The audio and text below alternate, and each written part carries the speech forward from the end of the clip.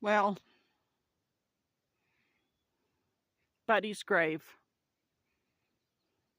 Buddy, my dog, has gone to heaven for 6 months now, and I miss him every day, though it's getting easier. I'll upload this video. Some people might be interested in this, but I'm in the Sacramento mountains of the Lincoln National Forest in New Mexico, state of the USA. Now, supposedly, we don't have any wolves on this mountain. Saturday morning, a gray wolf was right over there. Saturday morning, it was early. It was about 7:30, 8 o'clock in the morning. Yesterday morning. He was big. He was a big boy. And I wasn't sure what he was. I mean, he was really big. I'd never seen him before. I knew he wasn't a coyote, but what was he? So I went on Google to look up the pictures of what it looked like, of different things. And it was a gray wolf. He was so big that when he did start going up into the forest, I could see him. The sun was rising, behind me anyway, had risen. And I could see his body just heading up there. And then he slowed down. And so I called out to him and said, "You keep moving, keep going." And he did. What he did initially was just stare at me, and I stared at him. And he didn't make any threatening gestures. But after he didn't leave, I called out to him and clapped my hands. And I said, "You go on now." And he did. He turned around, started walking up into the forest, up that hill. And it's so big, I could see him. I'll upload I'll somehow, I'll make it the thumbnail of the video.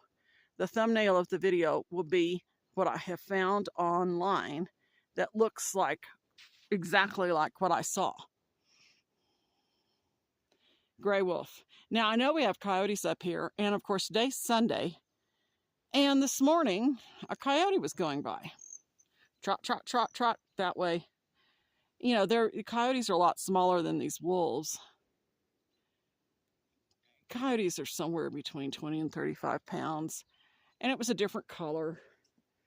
And he looked sad, that coyote. He was going slowly along all by himself, heading that way.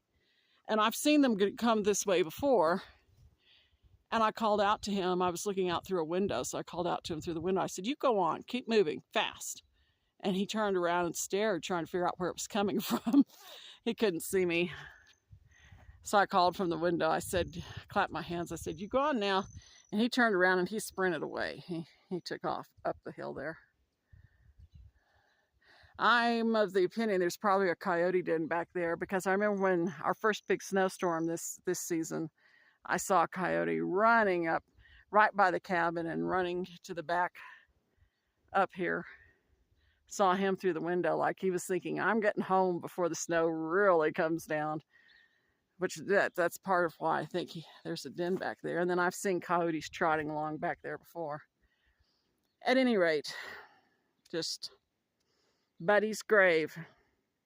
See the big rocks there? Or big things of cement. Blocks of cement in this fencing that I've put over there. When I came home from church today, and I came up back here to say hello to Buddy, his skull had been dug out from his grave. And his skull was there. He had decayed. I mean, the skull was totally intact. His ears and musculature and skin and everything was gone, except they had tried, whoever did this had tried to pull the rest of the body out, but couldn't. And couldn't really detach the skull from the neck, but the neck, everything's so decayed that there was just a long sinew of a little bit of muscle and sinew or something and skin that was holding the skull to the rest of the body, which I could not see. The rest of the body was still buried. They couldn't get it out. That has me thinking maybe the reason the wolf, now I don't smell a thing here, but maybe the reason the wolf was so close, right? See those little plants coming up in the meadow? See the little plants there? I mean, it was standing big as life right there. And it was Saturday morning, 7:38 in the morning. Maybe the reason the wolf was so close to the cabin and just right there was because the wolf was down here trying to dig up Buddy. That's what I'm thinking. That's what I'm wondering. So I put a game camera on. There's the game camera. I put all those, I reburied Buddy's skull and put all those blocks on in this fencing, and we'll see if a game camera captures anyone coming by. Because, maybe it was raccoons. Maybe it was feral cats. Though I can't imagine feral cats being able to do that much. Because Buddy's buried. He's not just laying on top of the ground with dirt piled over him. He's buried. I buried him. But I put all that there, and I'm going to get more. I have plenty more of that kind of cement bricks around. I just don't have time right now. And I'm going to cover everything else up.